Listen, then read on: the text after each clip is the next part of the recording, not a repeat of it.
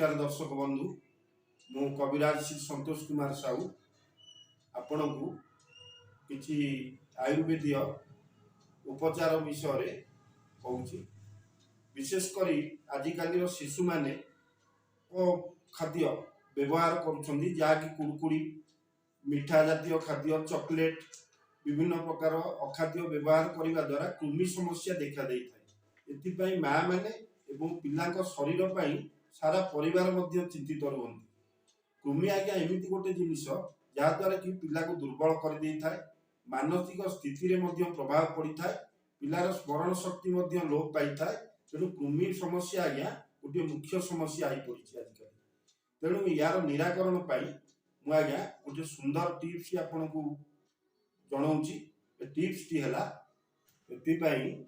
चिरेता 5 ग्राम को 1 कप पानी रे संध्या रे बतुरई देवे। सकाळू ताकू छाणी तही रे 2 चामच पाल धुआ पत्र रस पकेइबे। अर्ध चामच बटा हलदी एवं पुराणा गुड़ मिसाई सकाळू खाली पेटे गोटे सप्ताह पिला को पीवा को देवे। एमिति प्रति 2 मास अंतर रे देले कृमिज शिरशूल सह कृमि मध्य लोप पाई थांती। एथिरे कौनसी कृमि पिलार पेटे आ रहे ना। एति करंतु निश्चित उपकार पाई।